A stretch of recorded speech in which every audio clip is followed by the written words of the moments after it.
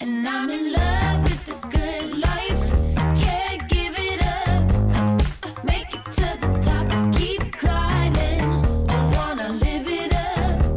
The good life. I'm coming up. I'm coming up. The good life. Good life. Oh, good life. Good life. Good life. Good life. Boom, coming in hot, Chinchy, on a Wednesday. How we doing, brother? What's going on? Dude, I'm excited, but I'm conflicted. I need a quick answer from you, and then we'll move on to the special guest we have. So, you know Jess, my wife. Yeah. Her whole family. You can kind of see it. 800 Mets jerseys, whatever. I grew up a Yankee fan my whole life. My buddy Sean Casey becomes a coach for the Yankees. So now Jess is like, God, do I have to wear Yankee gear? Now Jess works for the Mets. Now somebody who's about to come on, who's a very close friend of you, works for the Mets. I think I have to start wearing Mets gear for the first time in 45 years. What do you think? Should I make the move? Dude, I think Jess will boot you out of the house if you don't. So I think you definitely.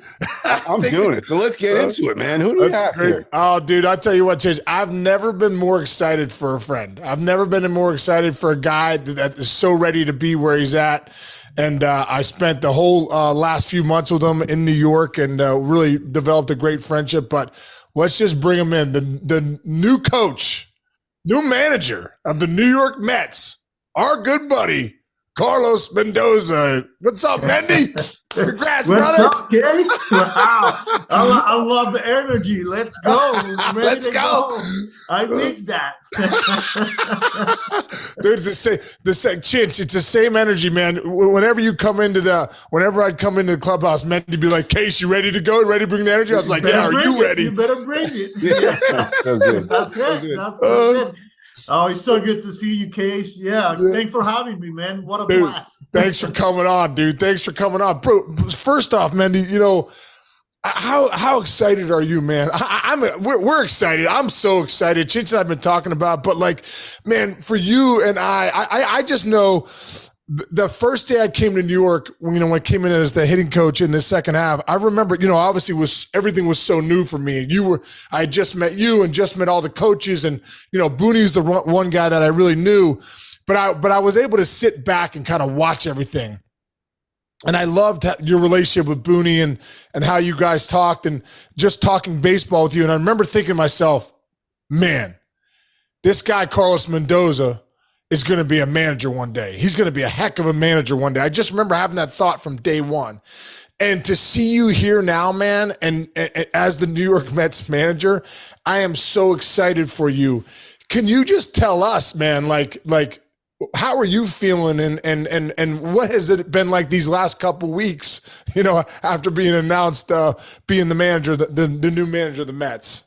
Yeah, Case, I can tell you, man, how excited I am. My family is, because we get to stay in New York, and have this great opportunity to be the manager for the New York Mets. It's a privilege, it's an honor, and we are super excited. It's been, the past 3 weeks or so, it's been crazy, it's been nonstop, it was just one thing after another. I don't think I have time to sit back now and say, oh man, it's nonstop. As soon as I got that call, it was like, all right, what's next? Let's get going here, Right. And but yeah, it's a blast, man. It's something. It's a great opportunity.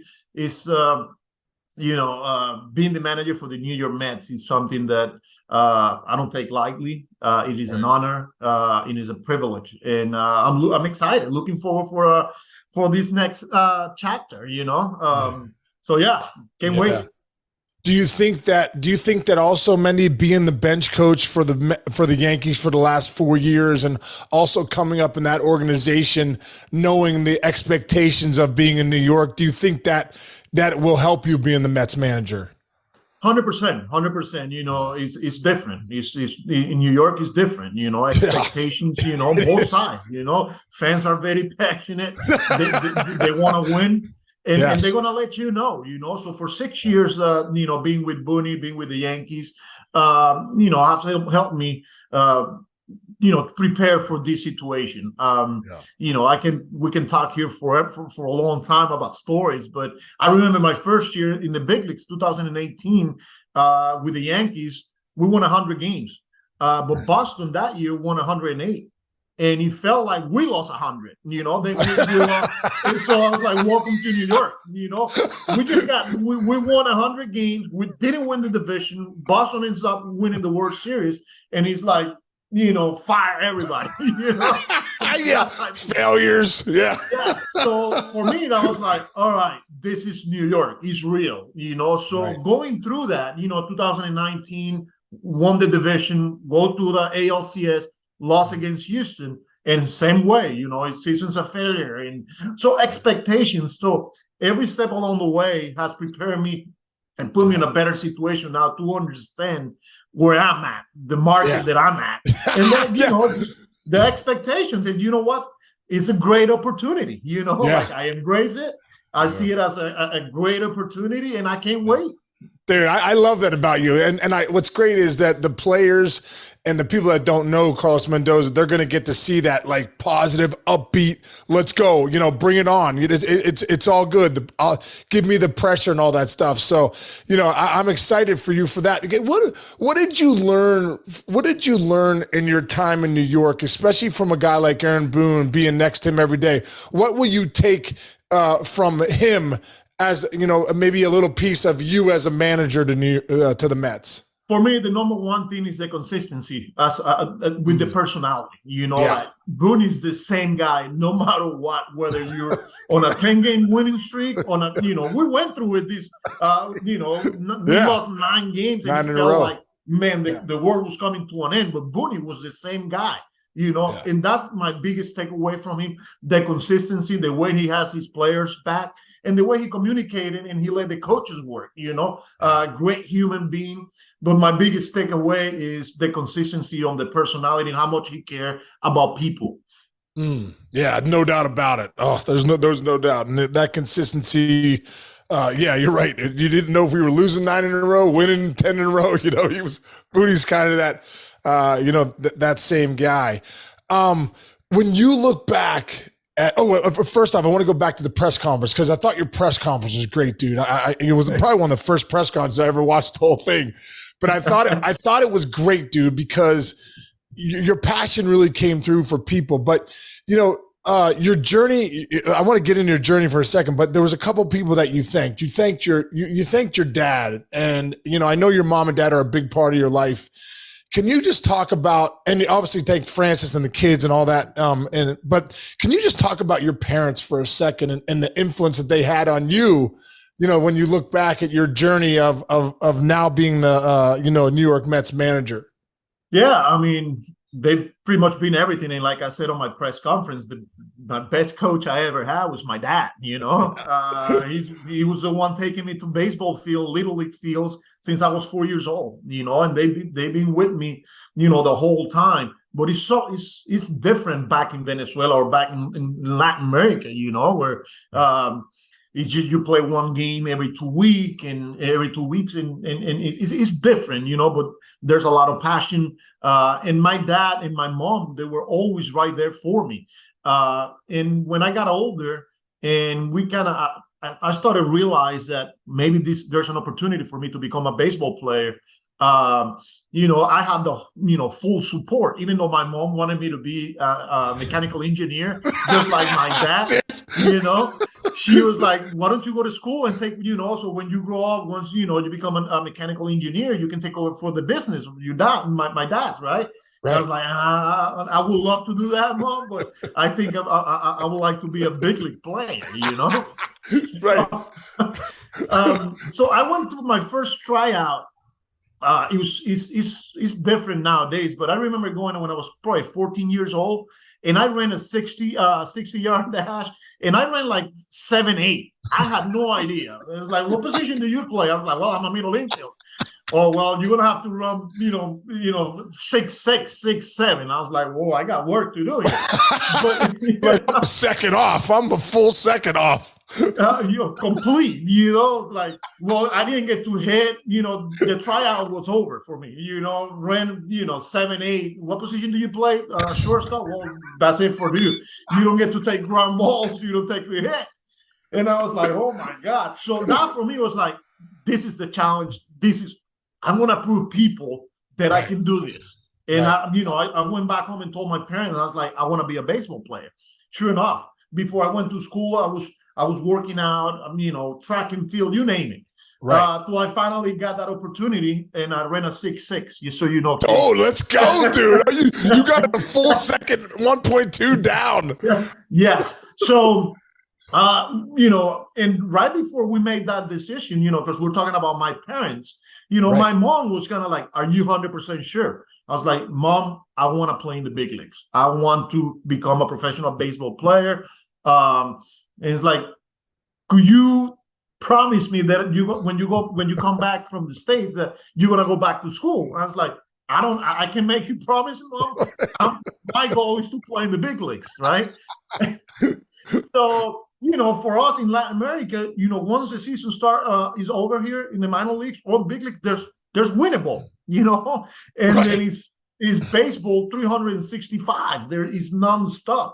So that was my life, but I go back to my parents. They support my decision. They were right there with me, my mom, my dad, and that's what I was like, I could thank him enough for raising me, for teaching me everything in life. So yeah.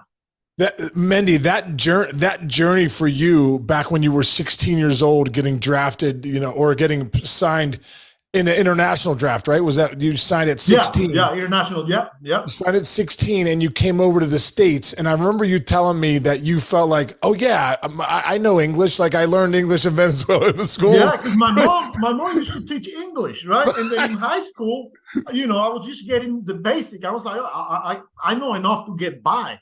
And I remember sharing this story with you, Case, when I first got to instructional league, right? Coach came up to me and said, how was your flight or how was dinner? I had no idea what he was telling me. And I was like, oh my God,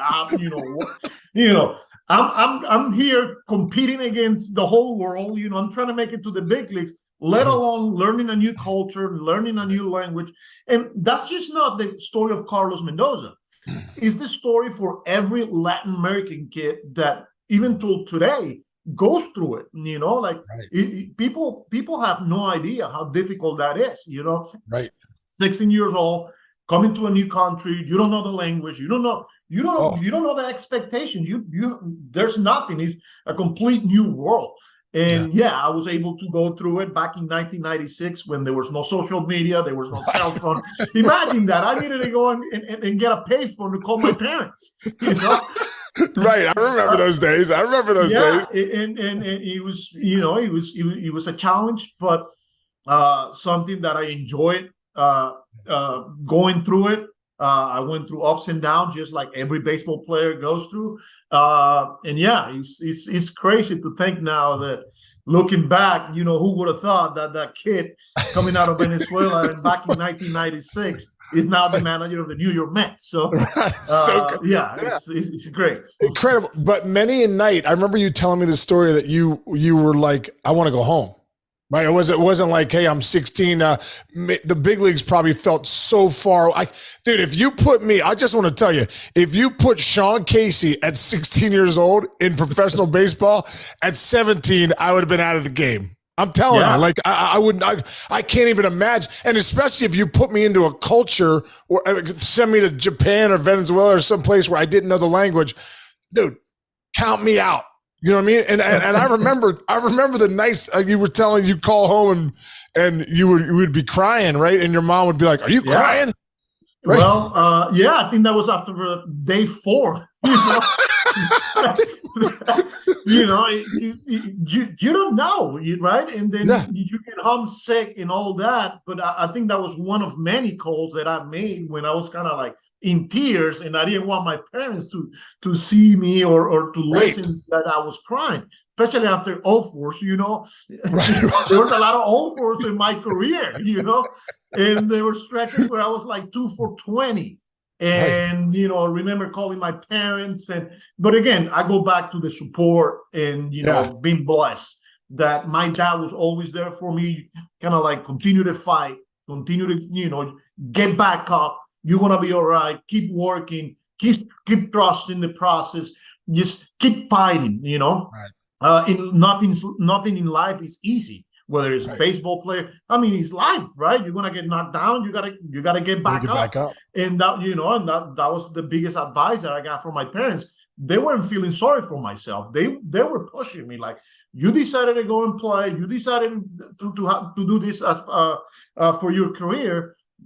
Go fight for it. Keep pushing. And you know, and like I said, there was a lot of phone calls, Case, that I remember, you know, talking to my mom, and I was like, you know, I wasn't sure. But you know, next day, and let's go. It's go time. You know, so but it's something that is just not Carlos Mendoza that goes through it. It's every player that goes. You know, you look at the Miguel Cabreras of the world, the Ronald Acuñas now of the world. They all went through it. You know, so it's not easy for all of us. Yeah, dude, do you think that it was great? It was so great for me. I remember, you know, bringing a couple of the young Latino players in, like Peraza and Pereira and some of the guys that were, spoke pretty good English, but it's easier to speak Spanish because that's how you can really get across your point.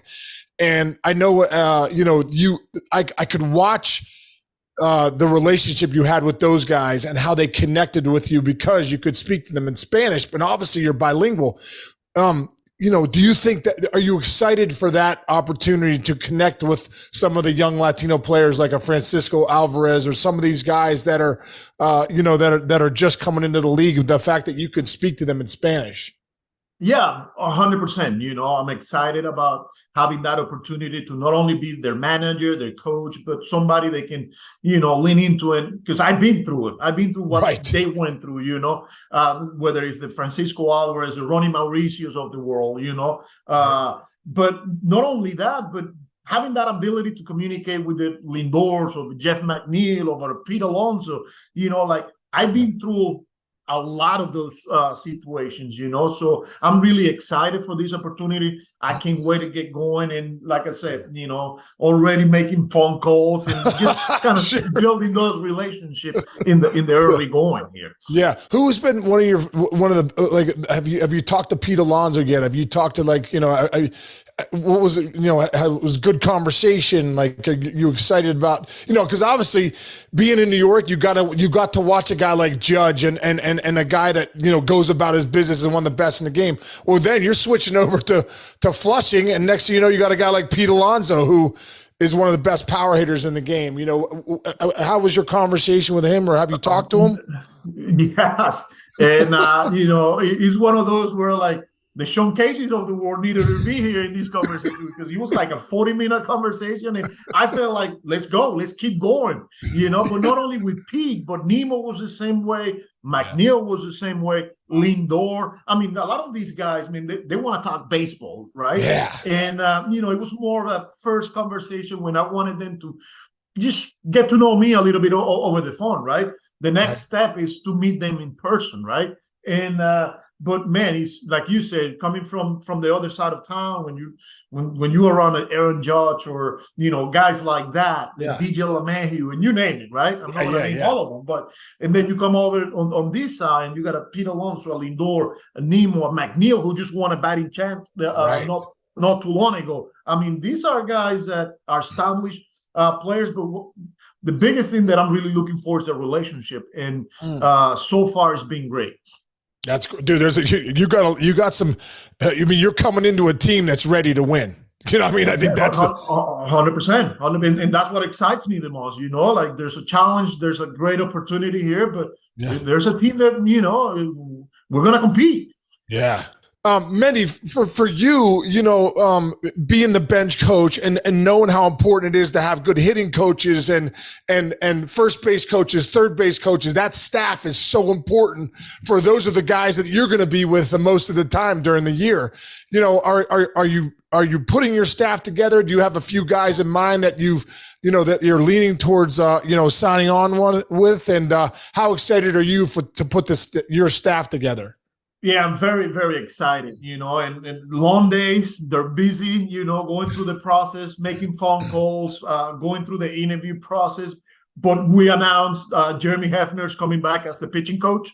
Okay. And then Eric Chavez and Jeremy Barnes are going to be overseeing the hitting department. I'm very, very excited about those three guys that have been with the Mets and bring a lot of experience and a lot of knowledge, right? And yeah, we're, like I said, we're going through that process right now, talking to a lot of people, a lot of quality baseball men that we got for this position, whether it's the bench coach, third base coach, first base coach, bullpen coach.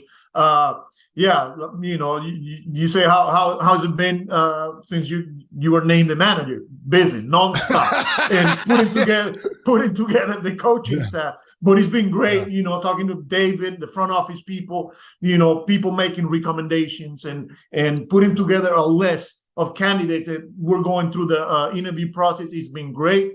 I'm excited to the people that we're talking to right now, and I'm pretty confident in that we're going to bring some not only smart people, not only baseball guy, but quality human beings. Oh, I love that, dude. Oh, good. Just like you, brother. Just you become the average of the 5 people you surround yourself with. I know you'll surround yourself with some good people. In your press conference too, you talked to the people in Venezuela, and just what I know for you that means a lot to you from where you're from and the Latino community. And I know also too, Venezuela winter ball is a big deal. You talk about passion.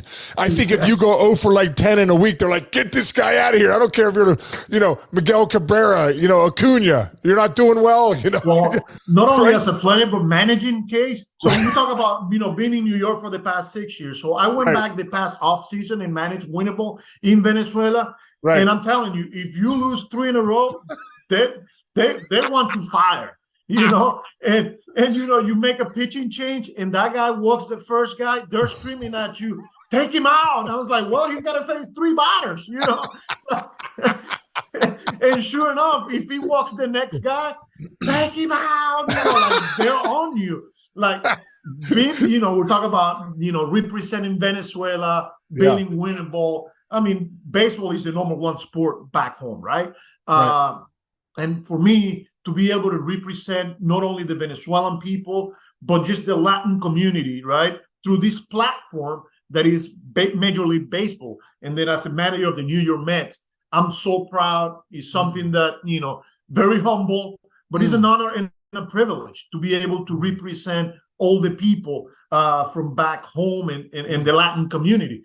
Because it's a passion, man. They care, they truly care about baseball. I was told that now Venezuela is pulling for the Mets.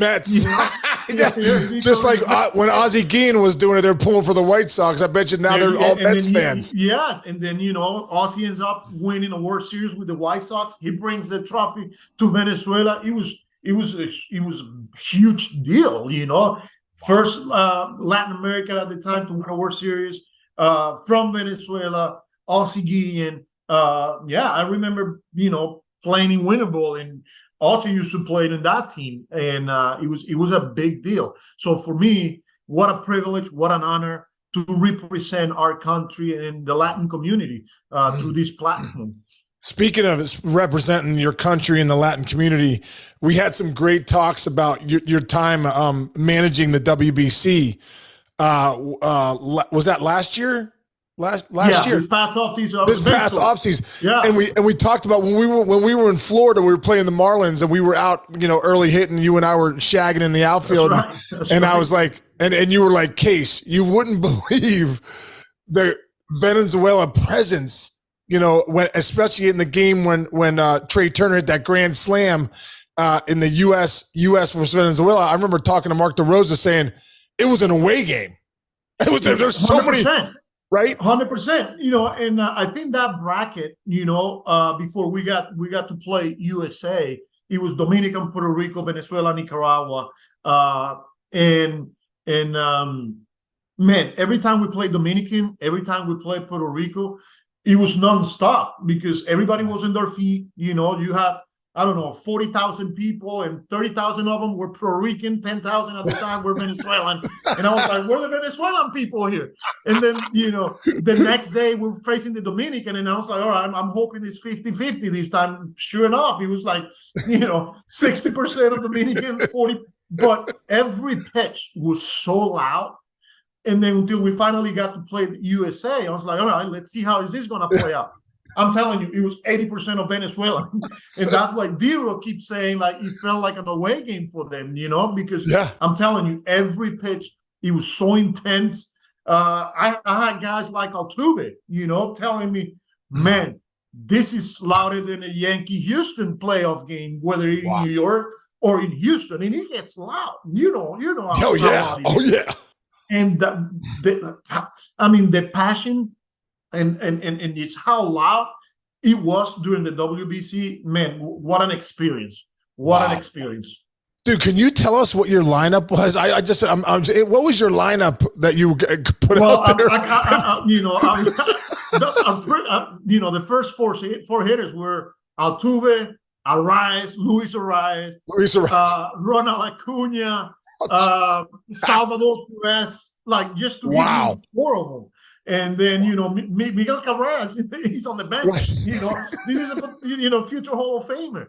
But he knew his role, and he was great. Like it was his last WBC, and he wanted to be there for the guys, for the country, and just being around Miggy and so many superstars.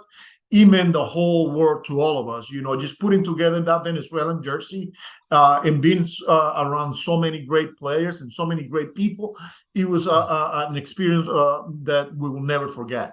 It's so great, man. The energy seemed real when I watched it on TV, and then to hear the story from you, because I heard D-Rose version, and then hearing it from you was like, I can only imagine, what that was like.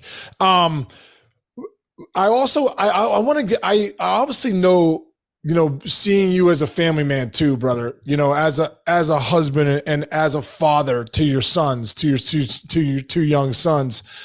What will it be like for you, brother, being the lead guy there and having your boys come to the park? Early on, I saw you out there. You have the kids out there taking some grounders before, the team got there, and now you have a chance to, you don't have to worry about anyone else. You're the manager, so you can have the kids out whenever you want. And off of that, I wanted to talk too about your relationship with Frances. Your wife. She's been with you since day one. You guys grew up together. Can you just talk about the journey that it's been for her too? Yeah. She's our manager, right? The manager of the family. She's the leader, right? I start with my kids now. Yeah. When I got that call and, we were crying and all that, and I said this on the press conference, one of the very first questions I got from my kids were, Dad, are we going to be able to come to the field now that you're the manager? And I say, of course you are. You're still going to be able to come in. We're going to go out, take ground balls, hit in the cages, play catch. So yes, you're gonna be. So they were kind of like worried now that you're the manager, Dad. He said, are we gonna be able to spend time with you? And the answer was yes. But now back to Frances, and I said it on the press conference. So she gave up pretty much everything in her life. Growing up in Venezuela, becoming a dentist. Foreign dentist back home, and having her career, and not only that, but leaving, her mom and sister and everybody behind. So she could come to the States and support me, like that means the whole world to me, right. And she's been right next to me every step along the way, good, bad, no so good. She's always been there pushing me, raising our kids pretty much, because Daddy's always gone, right? Like Daddy's always working.